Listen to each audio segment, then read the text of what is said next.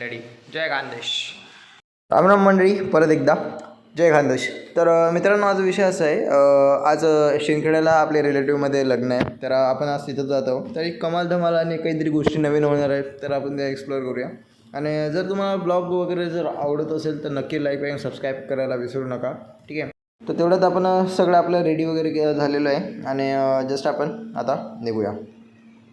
तर मी आणि माझी फॅमिली आम्ही निघालो नगावच्या दिशेने. नगावकडनं जिसेवेला बाय बाय करत आम्ही सोनगी पार करत आम्ही आमच्या एका ठिकाणी पोहोचलो आणि तिथं विश्रांती करत शरबत वगैरे पिलं आणि त्यानंतर आम्ही शिंदखेड्याच्या रस्त्याने निघाल्यानंतर आम्ही लॉन्सला पोहोचलो. लॉन्सला बघतो तर काय खूपच गर्दी होती. एका ठिकाणी थांबल्यावर थोडी विश्रांती केली.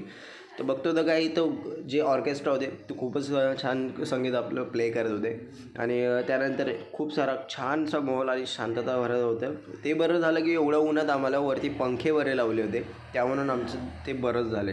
नाहीतर बस एवढ्या उन्हात आमचा शिट्टापिट्टा गोलच झाला असता.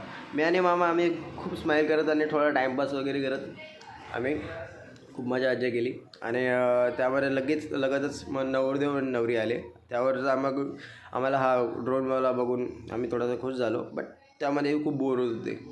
तर लगेच त्यांची टाळी वाजण्याची वेळ आली.